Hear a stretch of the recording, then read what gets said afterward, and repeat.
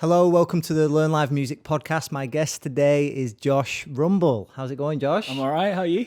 Yeah, really good to have you with us. So I want to talk mainly about your time in the band Anteros. Yep. So for those who are not familiar, tell us about your band. Tell us the lineup, what kind of music you played.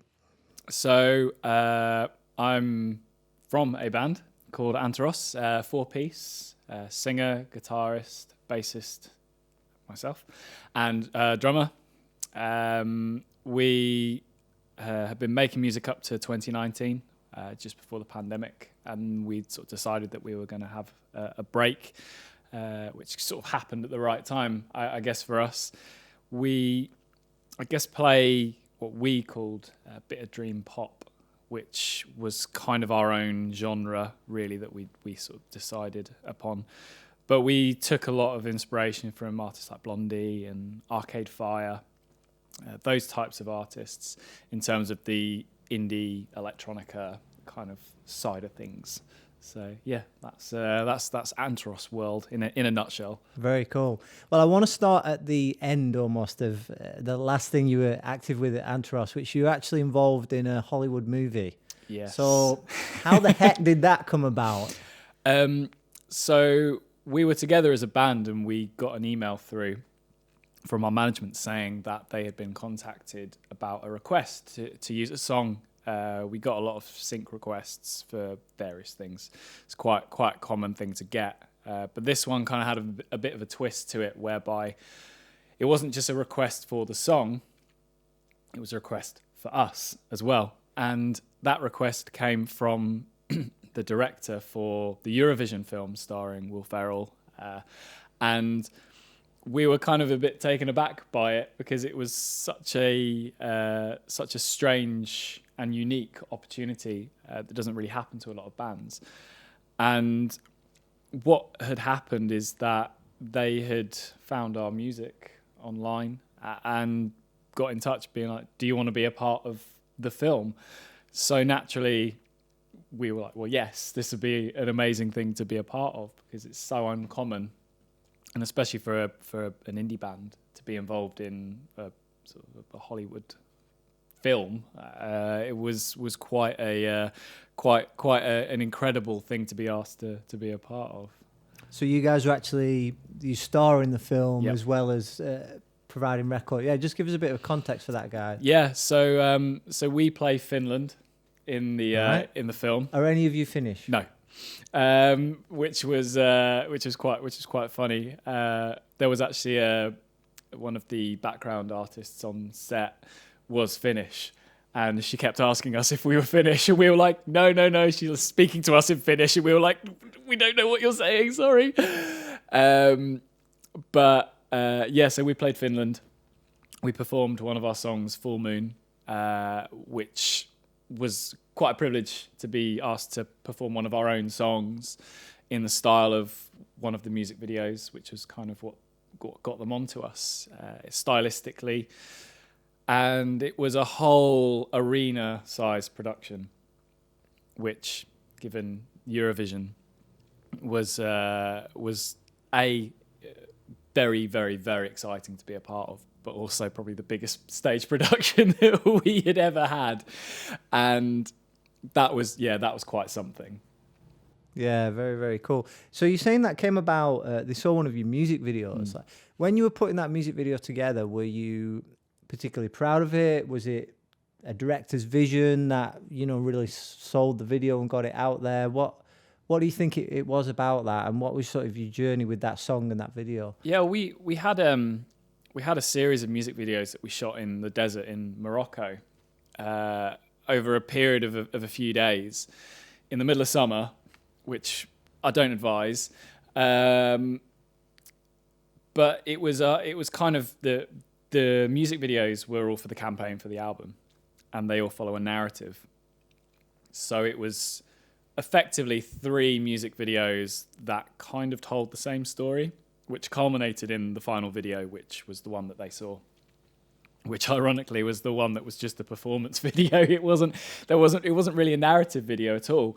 So I guess it's kind of one of those things where you're thinking, all right, well, all the other ones, all the other direction. But no, they were really keen on the sort of the performance side of things, and the vision for that was the culmination of us finding each other in this sort of alien, deserted landscape, and eventually meeting one another and then playing our song, and that was kind of it. Really, it was quite a that's the simplified level of the narrative of the whole series.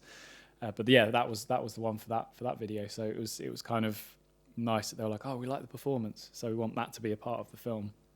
So aside from this narrative, how did you actually meet each other, the members of the band? How did the band get started? So me and Laura, we met in around sort of 2012, and she was starting to write, and she wanted someone to sort of write with and produce. So she was in a relationship with someone in another band that I was in, so we sort of started working together, and then over time kind of firmed up that relationship a bit more into a more solidified sort of like musical direction. And then we sort of started the band under a different name with different band members, and over the years things changed and direction changed and stylistically changed. We figured ourselves out a bit more, and then we got to a point where we wanted to do things properly. It was just the two of us, and so we found our drummer Harry. We sort of had a few people interested, and so we had a couple of people down to sort of see who we got on well with. We got on really well with him, and then Jackson, our guitarist, he was the guitar tech for Blossoms, and so we met him on the road through various other people, and he was sort of saying how he wanted to do more music stuff and less tech stuff, and our guitarist at the time then left, so it was like, well, I sent him a text saying, join my band, thanks, and that was it. The rest is history. So you particularly wanted a band. You wanted to get people. Was that a necessity in that, you know, you couldn't pay session guys of this level you're at, or was it like a choice of you really wanted the band team dynamic? Or? Yeah, I think we wanted to be a band. We'd always pushed to be a band. We wanted it to be a shared vision. We wanted it to be something that everybody pulled the same amount of effort, same amount of weight in it all. And also I think because you want to do stuff with your mates, and not to say that you don't get that dynamic in the session world, but when it's everyone's project, everyone has the same interest, everyone has the same desire to see it become successful. There's a unified front going forward, and I think that's really what sets apart being in a band environment. And also, I think you got each other's back in everything, every decision that's made, every contract that's signed, and all that kind of stuff. You know, everybody is like, I'm with you, I'm with you, I'm with you. And even now, even though we're not doing anything, we all still talk regularly, and we're all still really good friends and hang out. And I think that's the thing that always sets it apart. You know, we're friends for life, we're family for life, and you do get that in the session world. Obviously, you have people that you bring onto gigs because they're your friends and stuff like that. But it's always different being in a band, and we always wanted it to be that. We always wanted it to be, you're not a session musician, you're in the band, and that for us was kind of always the goal. So we just wanted to be a band. Everyone's in it, everyone's present, everyone's in the photos, and that's how it's going to be. And tell us a bit more about your role, like even over the whole period of the band. You mentioned that you played bass, you mentioned songwriting. Just tell us a little bit about what you did. So I guess I was kind of the Swiss Army knife of the band. So shared writing responsibilities as one of the primary songwriters, and did a lot of the early production stuff. Alongside that, did a lot of the tech stuff for the live show. So built a playback system, built all the live show in Ableton Live, which again, it was all figuring stuff out. I had to learn all this stuff, how to do it all, how to put stuff together. And then on top of that, I did a lot of the driving in the early stages, so driving the van. We'd sort of share responsibility. So Harry, the drummer, would normally tour manage and I'd drive. So yeah, I had a lot of roles in the band, especially in the early days. I did a lot of the graphic design as well, because I studied that at university. So it was kind of like, oh, we need artwork. Well, Josh can do it. Yeah. You actually qualified. Yeah, exactly. Which massively helped us save a lot of money in the early days. And then moving on as things progressed, I was able to take more steps away from doing all of those, the more tedious things. I still did a lot of the design work, but yeah, the driving and things like that, I was allowed to sit in the back rather than the front. Yeah, well, I think people maybe have this dream or idea, concept about being on tour and that kind of thing, but you're like doing a gig, sober, loading the van, driving to the next place, you know. So it's a job, you know, and it's a different dynamic. Not to say it's not enjoyable at the same time, but it's going in with your eyes wide open, perhaps. Yeah, definitely. And I think you understand the responsibility of being in a band and trying to push towards something being successful. You have to make sacrifices. I drove the van for 2 years. So for me, it was always that the moment I don't have to do this anymore, I know that it's not been a wasted thing. It's not been like, oh, I've had to do this because I've got to do it, you know. So when we got drivers and tour managers and stuff like that, that's when I was like, okay, cool, this was worth it. Like this has been for something. And I think that's one of the biggest things for young bands to understand, is that you're going to have to put in a lot of effort. You're going to have to do things that you might not necessarily want to do. But that's just part of it. That's part of the ascendancy of an artist or a band, is to realize the fact that you have to do things, you know, like not having a drink. You know, it's easy to do. It's easy to not have a drink. You know, you'll always have a day off. You know, just park up the van and have a night off and have a couple of drinks, and you know, there's always a way, but it's just part of it, and those sacrifices, you know, just have to be made. So. And at the end of the day, you're in a band. It's not that bad, is it? Yeah, exactly. You're not stacking shelves. Yeah, you're in a band. You're touring around the country, and you're going to far off places like Spain. You know, and what are some of the high points for you in your like we're focused on live music on this podcast?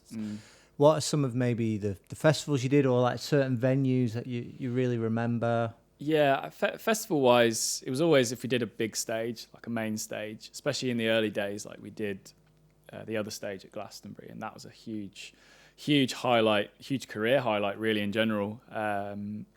There's an element of imposter syndrome when you're sort of walking around backstage, and there's like years and years and PJ Harvey and LCD Sound System, and you're kind of thinking, what are we doing here? Like, where do we fit in all of this? But at the same time, you're there because you've been booked to do that, and that was an incredible experience. I remembered the whole thing from the start of the day all the way through to the end, and then playing other things like Truck Festival main stage was a big one for us. That was the first main stage that we did where it felt like the crowd were there to see us as well, which is incredibly special, because on a headline show, for instance, we headlined the Scala in London and we headlined Gorilla in Manchester, and both of those, they were our shows. We knew they were our shows, and they were both incredibly special, and we came off such a buzz because you got, you know, hundreds and hundreds of people there that are just really excited to see you play your songs.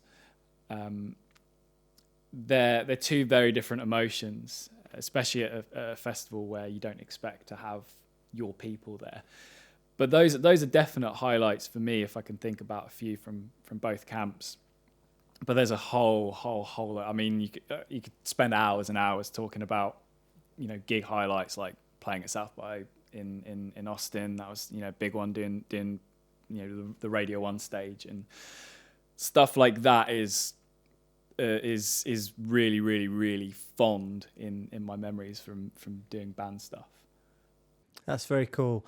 You've mentioned a little bit about figuring things out as you go, and we all have to do that. Yeah. But there might be people listening, you know, they're in a band or they're just making music, they're an artist, they're wanting to get their music heard, they maybe wanting to take that next step, and they hear about you getting booked for these festivals and, you know, making your record and all these kind of things, and think, what we need publishing, or we need a manager, or we need a label, and they're wanting to take that next step. So like, what would be your advice to people in that scenario? My advice would probably be the same advice that I give a lot of bands that I work with, because working now as a producer, I work with a lot of young indie bands that are starting out or in the early stages of their career. You know, they've only had a couple of like demos or whatever that they've sort of released themselves, and I'll always say to them that the integrity of the music is paramount. You can't have anything without the music being something that is really set to what you want it to be, an identity of who you are as a band, and a sound and a vision, a story, if you want to go that far. And all of the other things, management, publishing, all of that kind of stuff will come when the songs and the material is right. And you just have to hold on to the fact that get that bit first right, get the music right, get the vision and all of that stuff right. And then once that's done, then the rest of the stuff will come. And I would always say, and make sure you get a lawyer, because that is one of the most important things to try and get, especially early on, because they will help you, normally pro bono, to deal with contracts as and when they come up. And when you're dealing with contracts, that's generally when you start dealing with money. So yeah, that's what I would always say to new artists, is just get the music right, focus on that, start playing shows, and really, really refine your craft, and the rest will come. That's very cool advice. Yeah. So the last 2 or 3 years, you've mentioned you've not been as active with the band. Tell us about just what you've been involved with more in studio world and other aspects of live music as well. Yep. So I've been working primarily as a producer and engineer. So recording and producing bands and artists and all sorts of stuff across the board, which has been really great, because it's kind of where I started working for Gang of Four's guitarist Andy Gill, who sadly passed away at the start of the pandemic. That kind of taught me a lot, working with him for a year and a half, and taking that and now working with a lot of other producers and other artists. That's kind of been my sole focus, because it's where I see myself fit. Like I love playing and performing and all of those things in between. But I love the most to see someone's creative vision come to fruition and see them become really, really proud of their work. But I've been doing a lot of stuff on the live side, doing a lot of stuff with like pre-production and like live performances, and various other things sort of in between. So I'm kind of keeping my hand sort of still a little bit in the live side of things, but it's definitely on the I'm engineering rather than trying to push to be like a session musician or an artist myself. Yeah, very cool. So if people want to connect with you, Josh, and find you, where do you live on the internet? Where can they find you? Social media platforms like Instagram, Twitter. It's just at Joshua Rumble, and that will be where you can find, interact, contact, like anything that you sort of want to get to know about me. And there's sort of links to my website and stuff on there as well, where there'll be things that I've done and samples of work and things like that as well. Oh, very nice, mate. Thank you so much for hanging out and spending this time with us. It's been great to have you. Brilliant. Check out learnlivemusic.com, subscribe to the podcast and all that good stuff, and we'll talk to you soon.